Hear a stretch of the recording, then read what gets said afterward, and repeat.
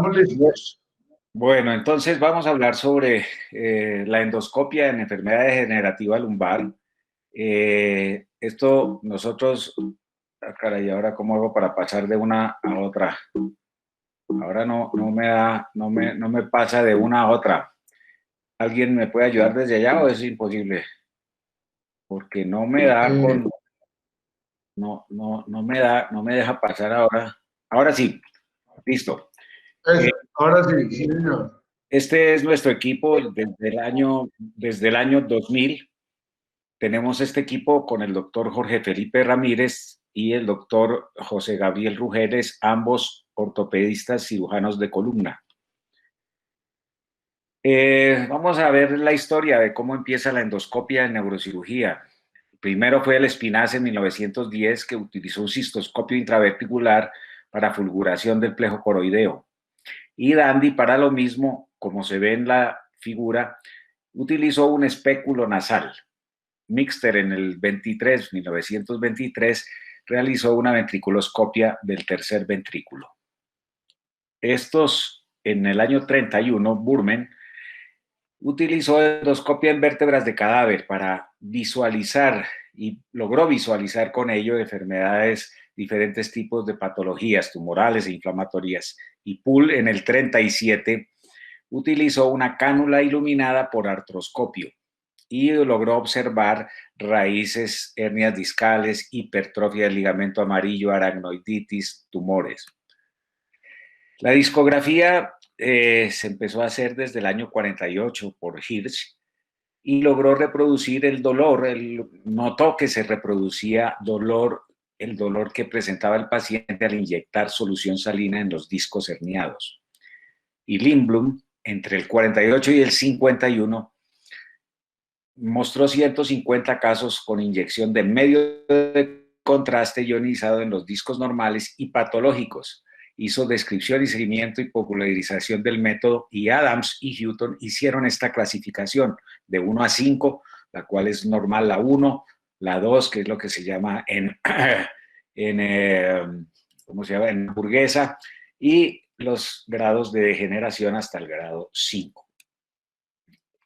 Posteriormente, el más importante es Hopkins en el año 60, 1960, quien desarrolla el sistema de lentes circulares, que es el prototipo de los endoscópicos rígidos y flexibles que existen hoy en día. Griffith en el 1970 utilizó estos endoscopios. Y Gicata en el 74 hace una disectomía percutánea con discografía previa y reproduciendo el dolor discogénico, y describe el dolor discogénico. Schreiber y Suesawa en 1986 modifican la técnica y utilizando el endoscopio. Y realmente los que hacen los primeros procedimientos fue Cambin, muy importante Cambin, ya vamos a ver Cambin en el año de 1983.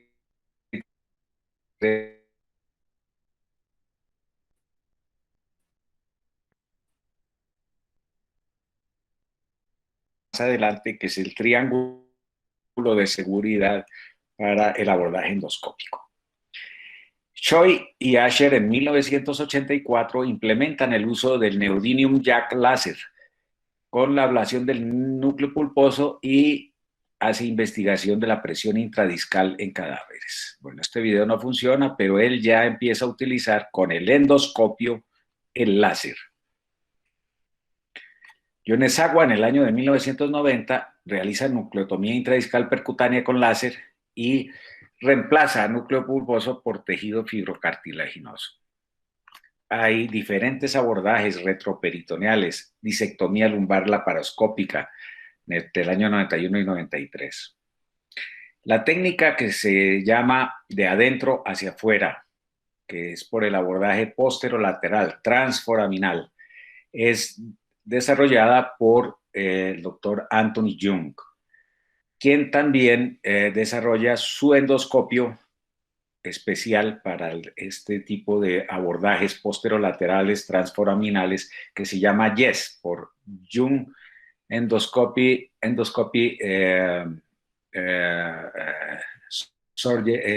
spinal surgery.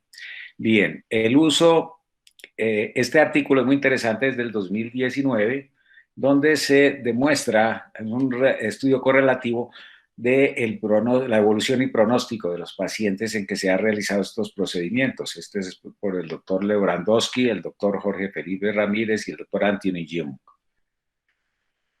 En el año de 1994, Chu y Clifford realizan disectomía endoscópica cervical con termodiscoplasia utilizando el neodymium jack láser.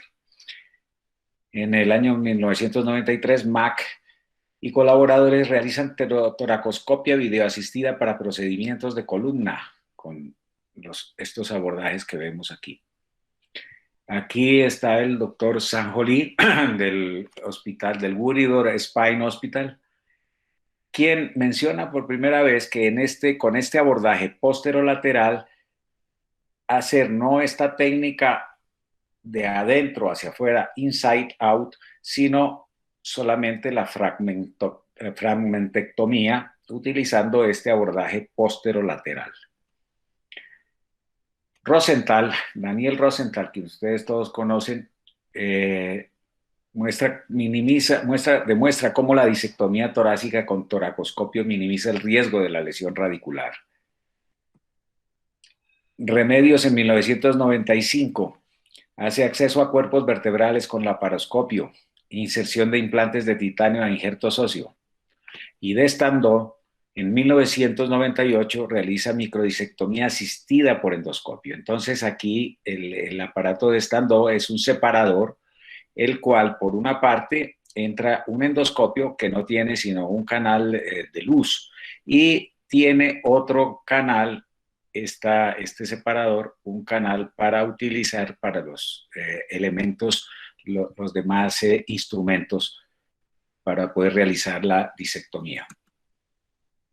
El doctor Martin Knight, en el año de 1999, desarrolla que esto no sirve el endoscopio, pero realiza la foraminoplastia endoscópica láser para estenosis del receso lateral y estenosis central. Es decir, abrir el foramen, poder abrir el foramen, y se puede hacer con el neodymium jack láser. Y para liberación de fibrosis epidural, utilizando este láser. En el año 2000, John Chu realiza microdescompresión y disectomía endoscópica láser asistida por robot en región lumbar y cervical. Los doctores Jorge Felipe Ramírez y José Rugeles en el año 94 inician por primera vez en América Latina la cirugía mínimamente invasiva de columna y inician la endoscopia en la columna. Hemos publicado nuestros resultados en varias partes. Este libro del Comité de Columna de la Federación Mundial de Neurocirugía en 2012, con este capítulo. En este libro en el año 2014, también en el cual somos coeditores de la Comité de Columna de la Federación Mundial, con estos dos capítulos que ustedes ven ahí. También en el libro de SAMI Essentials, de Ricardo Ramina y Pablo Enrique Pírez de Agar y Marcos Tatayiba, con este capítulo. Diferentes publicaciones en Pain Physician 2016, en este libro del 2018 de Lewandowski, de Schubert, Jorge Ramírez y Richard Fessler, con estos 4 capítulos, y en diferentes otras publicaciones. Entonces, ¿cuáles son las indicaciones de la endoscopia en la región lumbar? Para estenosis del foramen y del receso lateral, para liberar fibrosis epidural, cuando hay osteofitosis, desde luego cuando están cuando hay una listesis estable, grado 1, cuando hay extrusión o secuestro de disco o protrusión discal. Los abordajes son utilizamos diferentes abordajes: posterolateral, que es el más común, el extremo lateral, el interlaminar y inicialmente trasiliacos, pero ya realmente con la técnica interlaminar evitamos utilizar el trasiliaco que se usaba para L5-S1 cuando la cresta ilíaca era muy alta. Esta es la posición del paciente, va con anestesia local controlada, y en la técnica posterolateral generalmente va entre 8 y 12 centímetros de la línea media del abordaje. Entramos siempre con una aguja número 18 hasta el disco, hacemos una discografía, marcamos el disco con azul de metileno para diferenciarlo mejor desde el punto de vista visual. Y entonces aquí utilizamos eso, hacemos la discografía, y es muy importante tener en cuenta el triángulo de seguridad descrito por Cambin. Ese triángulo nos muestra en la parte superior la dura madre, la dura madre que viene en la parte superior. En la parte lateral viene la raíz emergente, y en la parte lateral superior y en la parte inferior viene la parte superior del end plate de la vértebra inferior.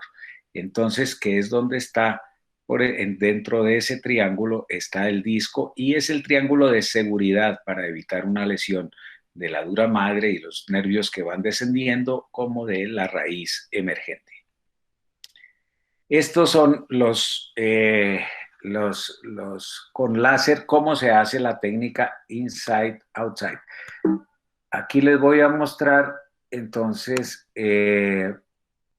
con láser cómo se hace. Inicialmente entra uno a quitar con el láser o con radiofrecuencia. Aquí estamos abriendo el anillo discal, estamos rompiendo en un disco protruido, y inmediatamente continuamos con una pinza de caimán resecando el disco que está herniado.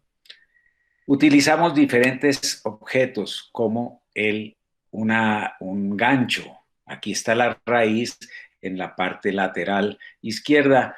Estamos resecando un fragmento por debajo de la raíz con un gancho que nos ayuda mucho. También podemos utilizar una cureta para quitar osteofitos. Es decir, tenemos múltiples elementos. Entonces, también hacemos esto aquí está pues cómo estamos resecando este disco, y utilizamos la radiofrecuencia. En este caso estamos abriendo el anillo discal. También utilizamos fresas de alta seguridad, de alta velocidad, para hacer la foraminotomía. La foraminotomía la podemos hacer con la fresa o la podemos hacer con el láser. Aquí se puede ver igualmente con la fresa cómo estamos abriendo el foramen, y utilizando pues igualmente ganchos y todos los instrumentos que nos permiten hacer una disectomía, una foraminotomía, retirar el ligamento amarillo, etcétera. Entonces, volvemos aquí a nuestra presentación. Parece que por lo menos se pudo solucionar esa parte, y vamos a ver que ahora no me deja pasar. Algo pasa aquí que no deja. Ahora sí. Bien. Entonces, aquí tenemos un ejemplo de esta hernia posterolateral del lado derecho, en el pre y en el postoperatorio. Y estos son nuestros resultados entre 1996 y 2018, 2.588 pacientes bajo anestesia local. El paciente se va a su casa ese mismo día. Hacemos un seguimiento con la escala de McNabb, la escala visual análoga y el Oswestry, con un seguimiento promedio de 10 años. Estos son nuestros resultados de 72% de excelentes resultados. Esto de regulares en inglés, pero son resultados que mejoran hasta el 50% de mejoría y 14% de malos resultados. Siguiendo la escala de Oswestry, tenemos excelentes y buenos resultados en el 48%, mejoran en el 40%, malos resultados en el 8%, peores en el 4% y tuvieron que ir a cirugía abierta 5% de los pacientes. En promedio, en la escala visual análoga, durante el preoperatorio fue de 8/10 y en el posoperatorio 2/10. Las complicaciones fueron el 1.66%, 43 pacientes. La máxima fue una radiculitis que se controló durante los primeros 2 meses. Una discitis química en 8 pacientes, un trastorno motor en 5% y una discitis bacteriana en 6% de los pacientes. Ahora tenemos el otro abordaje. Este abordaje interlaminar es un abordaje muy parecido al que hacemos con microdisectomía, pero con endoscopio. Esto se utiliza sobre todo para las hernias que están entre L5 y S1 o entre L4 y L5. Esto porque la ventana que hay es muy amplia en L5 S1, un poco menos en L4 L5. Ya en las otras es muy cerrado y utilizamos la técnica posterolateral o las otras técnicas. Entonces, esta técnica es simplemente a 1 o 2 centímetros de la línea media y entramos aquí con el endoscopio, como se ve para esta hernia grande, extruida, central, y entramos hasta el ligamento amarillo y aquí simplemente lo disecamos en sus fibras que van en sentido vertical, las disecamos y podemos, después de esto, entrar con el endoscopio, ver la grasa epidural y empezar ya a hacer la disectomía a través del ligamento amarillo. Vamos lentamente girando la pinza caimán, retirando los fragmentos.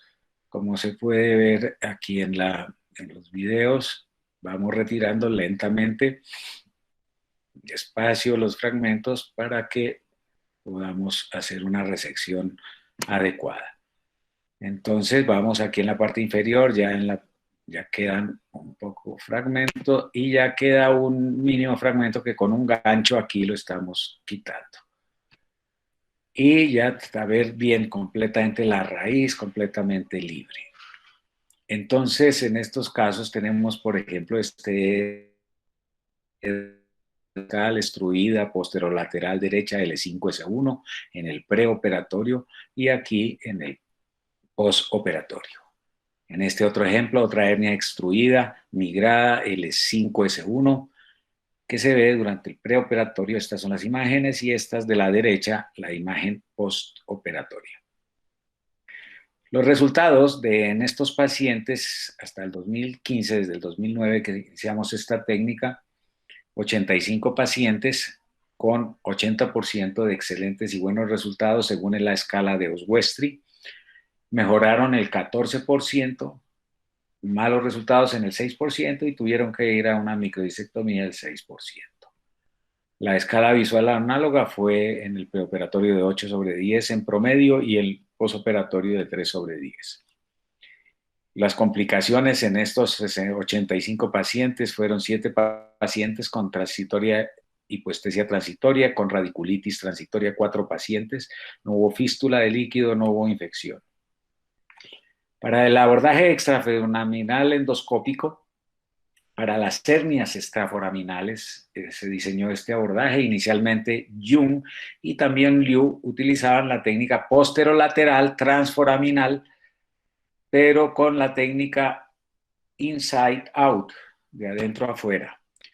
Gun Choi, en el año 2007, él menciona o describe la técnica extraforaminal directamente al fragmento, para retirar solamente el fragmento en las hernias extremo laterales. Aquí estoy con el doctor Choi en el año 2013 en el hospital Guridul, donde tuve la fortuna de ser invitado, estuve operando con ellos. Este hospital tiene, en el que estuve yo, que es en Chungdam, el hospital Guridul tiene 6 hospitales. En ese entonces estoy aquí en la conferencia que estuve dictando al tiempo con los hospitales en Dongrai, en Shanghai, Chungdam es en Seúl, Busan en otra ciudad de Corea, en Yakarta, en Daegu, otra ciudad de Corea, y otro en Seúl. Es decir, son unos hospitales gigantescos solamente de cirugía de columna. Guridul de Chungdam realiza 30 cirugías de columna al día. Es una cosa impresionante. Este abordaje para las hernias extremolaterales se realiza entre 5 y 8 centímetros de la línea media, no como el posterolateral que se realiza más lateral para entrar posterolateral. Se entra más vertical. Tenemos este caso, este ejemplo de una hernia extraforaminal y foraminal, como se ve aquí, y aquí vemos el endoscopio en la radiografía lateral y en AP. Vemos cómo estamos resecando ese fragmento directo al fragmento, ahí no nos vamos. No hay una técnica, ninguna otra técnica mejor que la endoscopia para la resección de fragmentos de hernias extremolaterales, porque cualquier técnica, si vamos a través de una técnica medial como la microdisectomía, vamos a tener que quitar la faceta. Si vamos por una técnica exterior, de todas maneras aquí vemos la resección completa del disco y el fragmento que se retiró. Con otra técnica tenemos que lidiar también con la raíz. De todas maneras es una técnica de hay que disecar más, hay que lidiar con la raíz, y ese dolor neuropático posoperatorio es muy difícil de controlar después. Aquí tenemos el resultado entre 2009 y 2015 de 31 pacientes con excelentes resultados en 25, buenos en 6 y malos en ninguno de los pacientes, no hubo complicaciones. Entonces también se utiliza el endoscopio para ahora se me perdió aquí el ratón, se me fue y no sé cómo señalar, pero en la parte superior podemos usar las técnicas para estenosis del canal, tubulares, solas con microscopio, pero podemos combinarlas con algo pasó con mi ratón que no puedo mostrar, y pues en la parte superior derecha podemos combinarlas, además de utilizar el endoscopio y los instrumentos a través del endoscopio y de este tubo, podemos incluir el endoscopio en las partes laterales donde no alcanzamos a ver el receso, y en la parte inferior puede hacerse o solo con el tubo, como se puede ver en la parte izquierda, y el microscopio, o hacerse solo con el endoscopio. Entonces se puede hacer. Esta técnica tubular es muy buena porque de todas maneras estamos evitando hacer esa disección amplia de los músculos, estamos evitando quitar el ligamento interespinoso, que es muy importante. Simplemente estamos entrando transmuscular y con una mínima invasión. Hoy en día existen ya nuevos instrumentos. Este es un endoscopio que ya tiene un campo de trabajo de 6.2 milímetros, es mucho más ancho que el anterior y permite pues una amplitud aún mayor de visión y de trabajo. Se están realizando ya diferente colocación de cajas a través del endoscopio. En este artículo el doctor Lewandowski muestra cómo se puede hacer, cómo se hace en 2018 esta publicación de colocación de cajas transendoscópicas. Esta también muestra las cajas colocadas inicialmente por el doctor Ramírez y el doctor Rugeles en el año 2019. otra serie de publicaciones mostrando cómo se puede hacer una fusión intercorporal lumbar con técnica endoscópica. Para el doctor Sanjo Lee, del Guridol Hospital, que es uno de los pioneros de la cirugía de columna, el problema que tiene la endoscopia es que requiere una larga, caramba, aquí no me muestra, es el mouse y no me da, pero muestra que hay 3D, dice él, que es el dangerous, que es peligroso porque pues puede dañarse la raíz que sale, puede haber una fístula de líquido, puede haber un daño del end plate, puede haber un daño de la vasculatura durante la curva de aprendizaje. Esta curva de aprendizaje es larga y es difícil de aprender, pero es difícil en los primeros 10 casos en los cuales debe ser asistida esta persona por un experto. Pero antes de eso, en lo que él dice disciplina, debe estar dedicado con doctores que tengan experiencia en esta técnica durante un año, atender a los cursos con cadáveres y al menos haber observado unos 50 casos.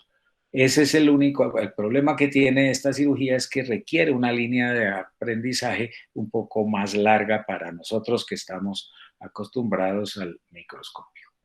En conclusión, la endoscopia en columna pues es un procedimiento que se realiza bajo anestesia local controlada, es ambulatoria, tiene menos, digamos, trastornos iatrogénicos y menos dolor posoperatorio, no tiene complicaciones mayores, tiene resultados satisfactorios, el paciente se recupera rápidamente y va al trabajo y reduce los costos. Ya hay estudios que muestran cómo se reducen los costos y, y pues tiene un gran futuro, tiene un gran presente y tiene un gran futuro también. En el Asia, el 40% de las cirugías de columna se hacen con endoscopia. Inicialmente, durante los primeros, a finales del siglo pasado, que eso ya pues fue ahora, pero y aún todavía, yo recuerdo muchos colegas decían, eso no sirve para nada, eso no se debe usar, eso yo con la microscopio hago todo. El endoscopio, como el microscopio, como la navegación, como todo lo demás, son instrumentos cirujano saber, debe aprender y debe usar. Y unas cosas sirven para unas, otras para otras. Y el objetivo es poder ofrecerle a los pacientes lo mejor con los diferentes instrumentos que tenemos.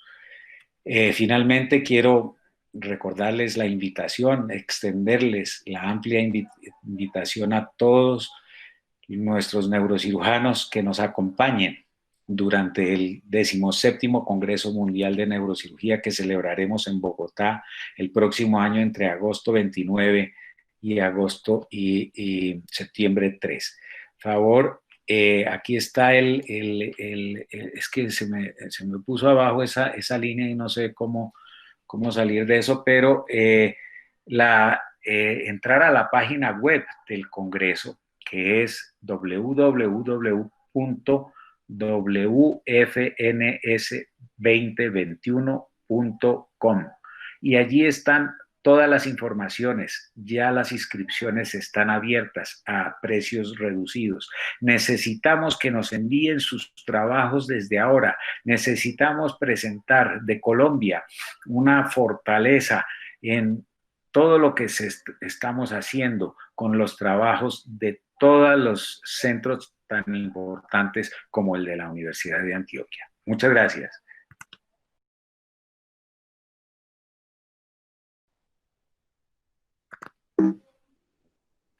Muchas gracias, doctor Osorio. Mi pregunta es muy sencilla. Yo no tengo, mi experiencia en esto es cero.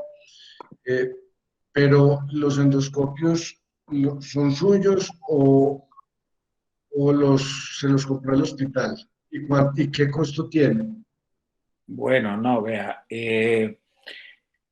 inicialmente, cuando yo inicié con el doctor Ramírez y el doctor Rugeles en la clínica Reina Sofía, ya tenían los endoscopios.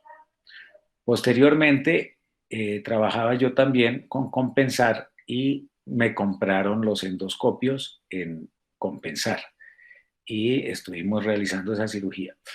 Eh, los costos de los endoscopios son similares al costo de los endoscopios para transnasales, que utilizamos transnasales o que utilizamos incluso un poco menos costosos que los transventriculares.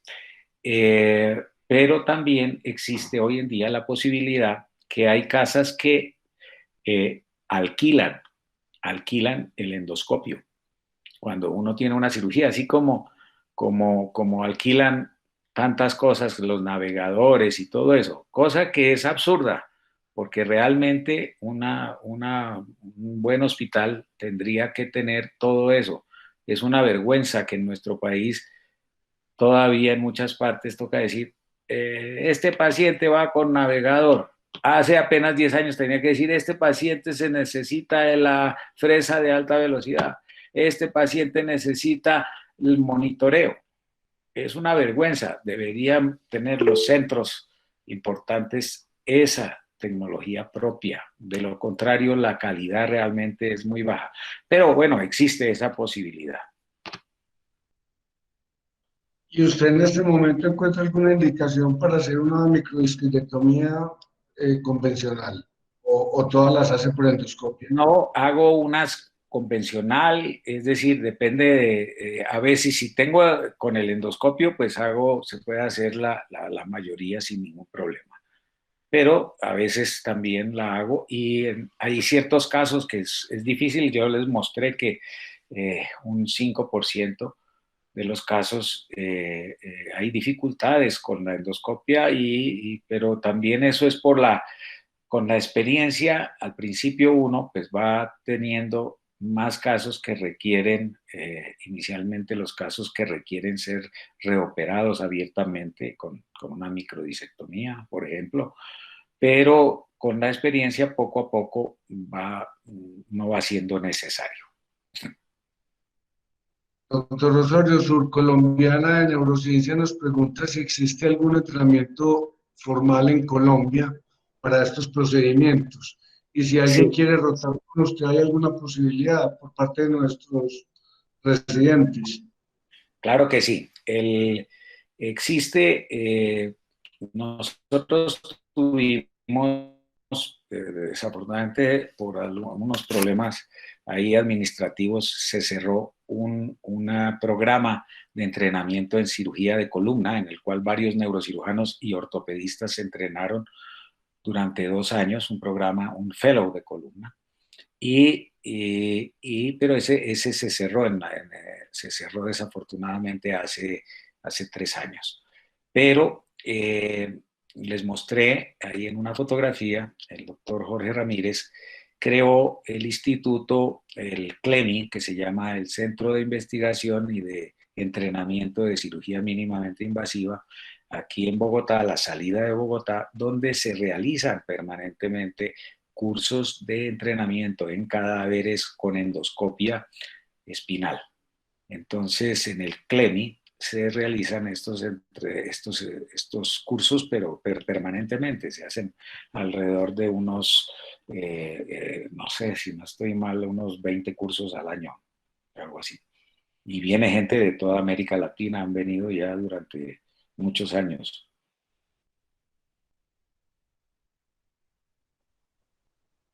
Muchas gracias, doctor. ¿Alguien tiene algún comentario?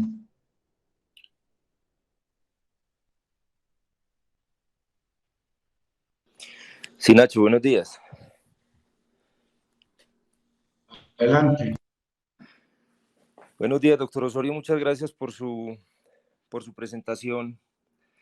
He tenido la oportunidad de revisar algunos pacientes intervenidos por ustedes en Bogotá donde en mi análisis, después de la intervención, veo que hacen algunos procedimientos específicamente para dolor discogénico. Ustedes en este momento, ¿qué importancia le dan a ese tipo de procedimientos en el manejo del dolor lumbar y qué están haciendo específicamente?